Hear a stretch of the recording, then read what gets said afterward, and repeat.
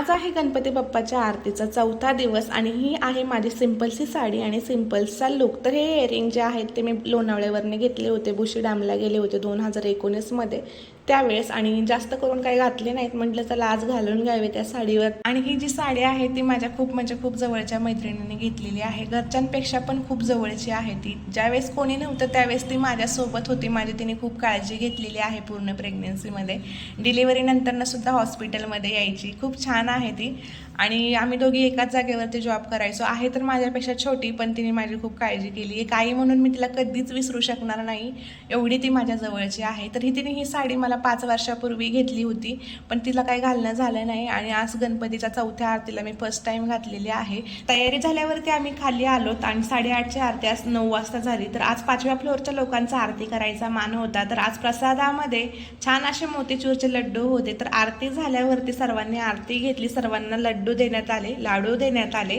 आणि त्यानंतर छोट्या लेकरांचा गेम चालू झाला। तर इकडे फुगे फोडायचा गेम होता, सोबतच लिंबू उचलायचा गेम होता आणि डान्स सुद्धा होता। पण माझं लेकरू काय मांडीवरनं माझ्या खाली उतरला नाही, काय माहिती कशाला घाबरत होता, नुसता पदराच्या आतमध्ये लपायचा, तोंडावरती पदर घ्यायचा आणि त्याच्या आतून बाहेर पाहायचं काय चालू आहे ते। त्याला खूप दिवस झाला मी खाली गार्डनला आणला नाही मुलांमध्ये, त्याच्यामुळे तो तसा करतोय मला असं वाटते, कारण पाऊस येतोय म्हणून मी त्याला काही खाली घेऊन येत नव्हते।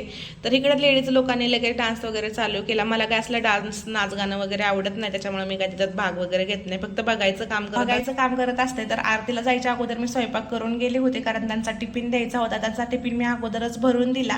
आरतीवरनं आल्यावरती इकडं मी जेवण करायला घेतलं, त्या अगोदर भाजी गरम करून घेतली, कारण मला गरमच भाजी खायला आवडते। तर आजचा व्हिडिओ एवढाच होता, आता भेटूयात नेक्स्ट व्हिडिओ।